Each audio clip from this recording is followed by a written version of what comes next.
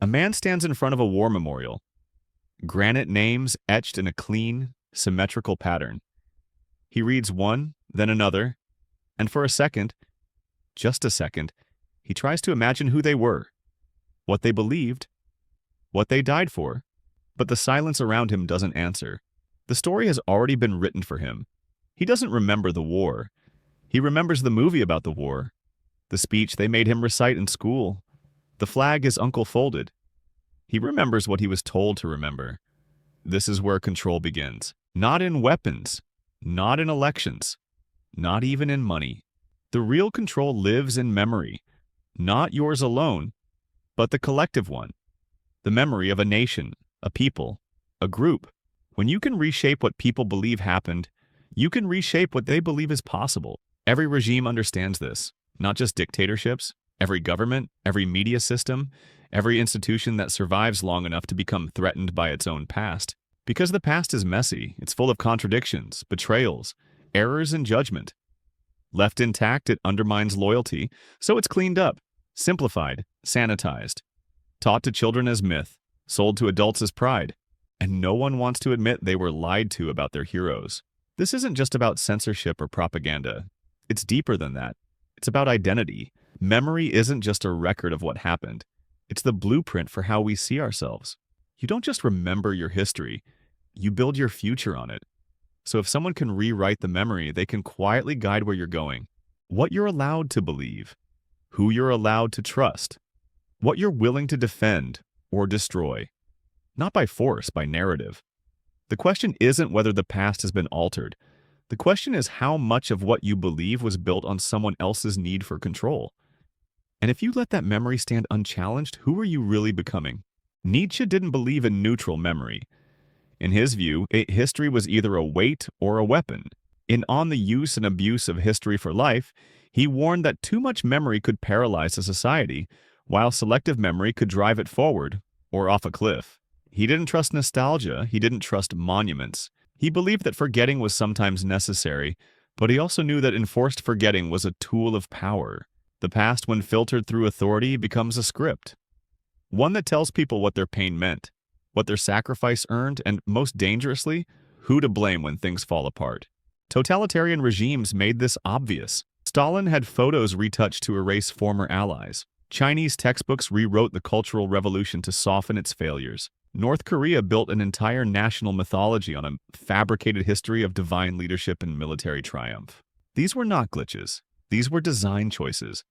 But the West was never immune. Look at how the US remembers its wars. The Civil War is still debated not over facts, but over frames. States' rights became a euphemism to protect Confederate memory. Vietnam shifted from shame to sacrifice through Hollywood rewrites. Iraq was justified, then forgotten. The dead are always honored. The context rarely is. Public memory is shaped less by documents and more by repetition. What gets named? What gets televised? What gets left out? There's no need to ban the truth if you can drown it in noise or distract from it with spectacle. That's the democratic version of censorship. Not erasure, but distortion. Schools teach curated timelines. Museums polish over rough contradictions. Political speeches simplify complex legacies into slogans. Even memorials, those solemn spaces of remembrance, are designed to evoke pride more than questions. They tell you what to feel, not what to examine. The point isn't to claim that all history is false. The point is that memory, at scale, is always edited. And the editor is never neutral. Even in personal memory, we do this. We soften failures. We highlight the moments that align with our self-image. But when that same selective lens is applied by governments, institutions, or cultural machinery, it stops being psychological. It becomes strategic. When a society forgets the truth of its past, it doesn't just lose facts. It loses the ability to course correct. It can't recognize repeating patterns.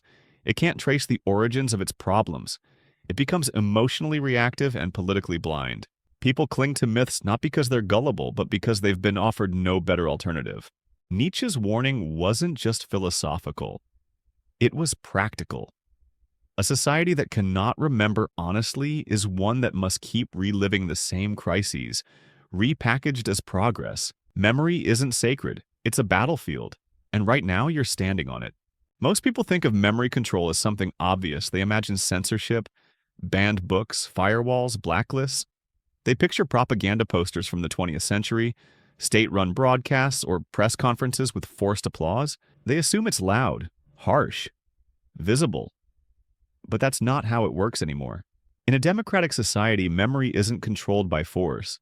It's shaped through repetition, framing, and omission. You don't need to erase history when you can distract from it, rebrand it, or bury it under entertainment. Watch how national myths are built. They always begin with a simplification. The story of the Founding Fathers, the greatest generation, the idea of America as a pure force for good. These narratives serve a function. They unify, they inspire, they justify. But over time they harden into dogma, and once a myth becomes untouchable, it becomes more important than the truth it replaced. Public memory becomes theater. Every president visits the same memorials. Every school year starts with the same pledge. Every holiday reinforces a version of history that flatters the system.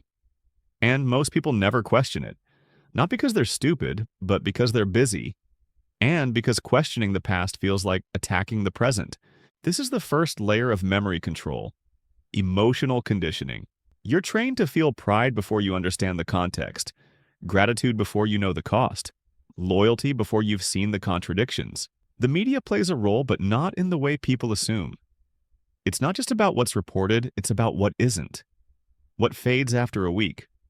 What gets buried under celebrity gossip or manufactured outrage. Controversies become headlines, then hashtags, then jokes, then silence. Think about how quickly major events are reframed. A protest becomes a riot. A war becomes a mission. A mistake becomes a misunderstanding. And by the time the facts come out, people have already moved on. The memory has been locked in, not by proof, but by emotion. It's easier to accept a comfortable lie than to carry the weight of a broken truth. That's why collective memory is so vulnerable. Because we don't want it to change. We want it to tell a consistent story. A story where our side was always noble. Our leaders always meant well. Our failures were necessary, and our enemies were always worse. That story sells. It gets votes. It protects power. And the cost is real history. This isn't about left or right. Every faction plays the game. Every ideology edits the past to fit its future. The only difference is who's holding the pen.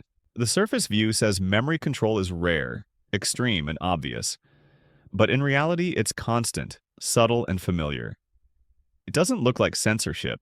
It looks like school textbooks, like news cycles, like commemorative coins and primetime specials. It looks like pride. And if you've never asked who wrote your version of history, you've already accepted theirs. Beneath the surface of memory control is a system built on three functions: omission, repetition, and emotional tagging. Omission is the quietest. You don't notice what you never see. Events that don't serve the dominant narrative get left out of textbooks, skipped in class, or never dramatized for TV. Whole chapters vanish, not by decree, but by neglect. The Tulsa Massacre, COINTELPRO, the Iran-Contra affair. Most people never learn them. Not because they were censored, but because no one taught them. No monuments, no holidays, no movies. If an event can't be mythologized, it's quietly removed. Repetition is more active. It's the constant retelling of select stories until they become instinct. Every year the same wars are honored, the same leaders praised, the same slogans repeated. Over time, this creates a hierarchy of memory.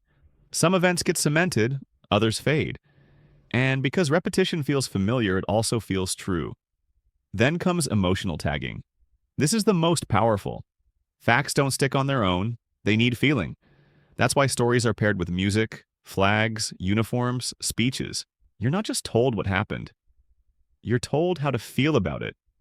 Anger, pride, reverence. These emotional cues embed the memory deeper. And once a memory is linked to identity, it becomes harder to question. Together, these three, what's left out, what's repeated, and what's emotionalized, form the architecture of public memory. Not through conspiracy, through systems, bureaucracies, habits, cultural inertia. Once a society learns how to shape memory, it keeps doing it. Because it works. Look at education. Most history curriculums are state-controlled. That means governments decide what students learn about the past. Not because they're evil, but because they see history as national identity. So they emphasize the noble, downplay the shameful, and simplify the complex. A curriculum is never neutral. It's a map of what a country wants its children to believe. Look at journalism. News outlets claim to present facts, and many do. But even facts are filtered. What gets covered, how long, from what angle, all of it shapes memory. A scandal reported for 2 weeks vanishes. Another, repeated for 2 years, becomes a cultural landmark. Not because it mattered more, but because it was chosen to matter. Even entertainment plays its part. Films and shows become the primary way most people learn history. But these aren't history. They're narratives, designed for emotion, not accuracy. They simplify the villain. They amplify the hero. And in doing so, they overwrite reality. For many, the movie becomes the memory. None of this is accidental. It's design without a designer. A self-reinforcing cycle. Once you've built a version of history that serves power, institutions, and national self-image, it becomes too costly to challenge it. Too many careers, votes, and reputations depend on keeping it intact. So memory becomes infrastructure. Protected, maintained, defended not by guns but by shame. Question the myth and you're unpatriotic. Doubt the story and you're a problem. That's how the system protects itself from correction. This is the structure beneath. A network of selective memory, reinforced by systems that claim to inform but quietly perform. Not a conspiracy, a culture. And once you see it, you can't unsee it. Most people don't want to question the stories they were raised on. Not because they're weak, because those stories are tied to belonging. When you ask someone to look deeper into history, you're not just asking them to accept new facts. You're asking them to risk exile from their group, their family, their identity. That's the first wall, emotional loyalty. People feel responsible for protecting their version of history. They see it as a duty to their parents, to their school, to their flag. This isn't rational, it's tribal. A learned instinct to defend the story, even if the facts no longer hold. Then there's the fear of shame. Once you admit the version of history you believed was incomplete, or worse, false, you have to live with the fact that you believed it. That maybe you repeated it, taught it, voted because of it. Shame isn't just uncomfortable, it's paralyzing. And so people resist the correction. Not because they love lies, but because the truth would cost too much. There's also fatigue. The information age promised knowledge. It delivered overload. Between algorithmic feeds and endless noise, most people are burned out. They don't want to dig into archives. They want closure. Clear lines, good and bad. If memory is messy, it becomes one more source of stress.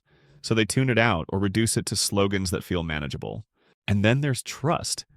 When every institution is suspect, every correction can look like manipulation. Try to update someone's understanding of history and they'll ask, who's funding this? What's the agenda? In a world full of spin, even the truth starts to feel like another tactic. So people default to the version they were raised with. Not because it's convincing, but because it's familiar. Even those who claim to want the truth often reach a limit. They'll revise some parts of history, but not others. They'll accept certain crimes happen as long as they can be seen as exceptions, not patterns. They'll admit to systemic failures as long as the system itself stays sacred. This selective resistance protects the larger structure. If you only question small details but refuse to re-examine the whole frame, the myth survives. The memory stays intact. And there's one more reason people resist: power. Memory isn't just emotional, it's political. The version of history you accept determines who you see as legitimate, who deserves power, who gets to lead. So challenging memory feels like an act of revolution. And most people aren't looking for revolution. They're looking for stability. So they choose comfort over clarity, myth over complexity, familiar lies over painful truths. That resistance isn't passive, it's enforced through ridicule, peer pressure, media noise, and institutional silence. The system doesn't need to silence you, it just needs to make your correction feel like a threat to everything people think they are. That's why memory control works. Not because it's hidden, but because people help protect it, even when they don't know they're doing it. The most effective control doesn't feel like control. It feels like common sense. At some point, the myth becomes so embedded in everyday language, it stops sounding like a story and starts sounding like reality. You don't question the 4th of July. You don't rethink the pledge. You don't stop to ask who wrote the textbook. The edits happened so long ago, you inherit them like furniture in a house you didn't build. That's the quiet shift. When memory control no longer needs to be enforced, it sustains itself. You see it in how people talk. We liberated them. They hate our freedom. History will judge us kindly. None of those phrases are neutral. They carry assumptions about who we are and what role we play in the world. They reshape violent acts into moral duty. They turn political errors into moments of destiny. The shift is generational. The first wave of manipulation always meets resistance. But the next wave, the children, grow up inside the new version of history. For them, it's not edited. It's just how things are. And by the time they're old enough to realize how much was missing, they're already passing it down. Control turns into culture. And culture defends itself. Through media, through rituals, through nostalgia. Try telling a room full of adults that the Founding Fathers weren't gods of freedom, or that the country's wars weren't always about justice. You won't just be corrected. You'll be labeled unpatriotic, ungrateful, a problem. That's how memory control hides. Not behind force, behind shame. This shift doesn't require conspiracy, just systems. The curriculum department, the newsroom editor, the film studio, all working within the same cultural momentum. Not evil, just incentivized to avoid conflict, protect identity, and serve the status quo. And over time, the boundaries of acceptable memory shrink. What can be said? What must be said? What can never be said again? In that space, history becomes a mirror that only shows one angle. It reflects our pride, our sacrifice, our triumphs. It hides the decisions that made others suffer. It hides the patterns we still repeat. The most dangerous part isn't what was removed, it's what replaced it. A version of memory that flatters us, that comforts us, that tells us we were always the good guys. Because once that version settles in, it does something deeper than misinform. It sets the trajectory. What a nation believes about its past determines what it thinks it's allowed to do next. Intervene, conquer, ignore, justify. Memory isn't just a record, it's a compass. And when the compass is rigged, the future keeps circling the same failures, just with better graphics. The unspoken rule is simple. You're only allowed to remember what keeps the machine running. That's it. That's the boundary. Every national story, every cultural memory, every commemorative moment is filtered through this lens. Does it preserve function, order, belief? If it does, it stays. If it doesn't, it fades. It's not written anywhere. There's no manual. But everyone who works near power understands it. Teachers know which chapters to emphasize. Journalists know which angles are too risky. Filmmakers know which endings won't get funded. You learn to color inside the lines or get shut out. The line isn't always drawn by governments. Often it's drawn by the audience, by the fear of backlash, the fear of being misunderstood, the fear of saying something true that people aren't ready to hear. So memory becomes a performance. Not of honesty, but of stability. You're allowed to critique the past, as long as it doesn't disrupt the myth that the system is ultimately self-correcting. You can talk about injustice, as long as you frame it as part of our journey. You can point out the cracks, just don't question the foundation. Because the moment you do, you shift from participant to threat, and the system knows how to isolate a threat. The deeper the truth, the quieter you have to say it, if at all. This is how memory becomes sacred. Not because it's accurate, but because it holds everything else in place. Our laws, our identities, our sense of purpose. To alter it feels like tearing out the floorboards while people are still standing on them. So the rule holds. You can challenge memory, but only in a way that leaves the future intact. Not changed, just intact, safe, predictable. But real memory, the kind that includes the pain, the betrayal, the truth behind the pride, that memory doesn't leave things intact. It threatens to shift the trajectory. It demands reckoning. And reckoning isn't profitable, it isn't comfortable, it doesn't sell. So it's avoided. Not by decree, but by instinct. The system protects itself not through censorship, but through reward. Say what's expected and you're promoted. Say what's true and you're replaced. That's the rule. Forget what disrupts. Remember what unites, even if it's false. especially if it's false, because a clean lie feels safer than a messy truth. You don't need to dismantle a government to challenge memory control. You just have to stop letting other people decide what's worth remembering. Start with your own education. Go back to the stories you were taught as fact, about your country, your heroes, your victories. Ask what was left out. Not with outrage, with curiosity. What didn't make it into the lesson plan? What didn't get a movie? Read primary sources, speeches, letters, documents. Not summaries, not interpretations. Find the contradictions. Notice how the language shifts depending on who's telling the story. The truth is never as clean as the version handed to you. Study who benefits from the version of history you're being sold. Not in a vague, conspiratorial way. Specifically, whose authority is protected by this narrative? Whose actions are justified? Whose crimes are softened? Watch for emotional packaging. Anytime a historical event is delivered with a soundtrack, a speech, or a moment of silence, ask what emotion it's trying to attach. Pride? Grief? Rage? Then ask what's underneath that emotion. Memory control isn't just about content, it's about reaction. Practice forensic remembering. When a major event happens, pay attention to how it's described in the first week, then the first month, then the first year. Watch the narrative tighten. See what details vanish. See what language gets standardized. Most collective memories are finalized not by truth but by repetition. Apply it to current events. Don't just ask, what's happening?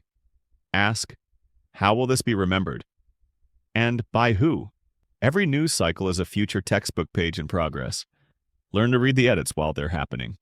Talk to people who lived through the moments you were taught. Not pundits, ordinary people, veterans, immigrants, protesters, survivors. Ask what they remember, then compare it to what your schoolbook said. The gap is where memory control lives. Don't wait for institutions to correct themselves. They won't. They're built to preserve coherence, not chaos. It's your job to carry the messier version forward. And remember, complexity isn't a threat. It's a defense. The more complete your memory, the harder it is for someone else to hijack it. Control isn't always a cage. Sometimes it's just a clean, simple story. Repeat it until you forget you had questions. Ask them anyway. The future isn't built from scratch. It's built from memory. And memory, more often than not, is built for convenience, not truth. You've inherited a version of the past. Everyone has. It came in lessons, rituals, headlines, anniversaries. It shaped how you see your country, your people, even yourself. But it didn't come untouched. It came filtered, trimmed, rewritten where necessary. That's not conspiracy, that's maintenance. And every generation has a choice. Preserve the myth or examine the evidence. Most won't. It's easier to keep the story intact. It hurts less, it costs less. But the price shows up later, in policy, in war, in division, dressed up as patriotism. Because a future built on selective memory is a future designed to repeat. The question isn't whether your memory of history is incomplete. It is. The question is what you're willing to do with that fact. Will you dig? Will you ask? Will you carry the fuller version, even when it makes things harder? Or will you keep repeating what was handed down? Because it's easier, because it's familiar, because it makes you feel safe. The past isn't dead, it's active. Shaping decisions, justifying power, telling people what they deserve and who to blame. So be careful who you let write it. And ask yourself quietly, what part of history are you still protecting, even if it isn't true?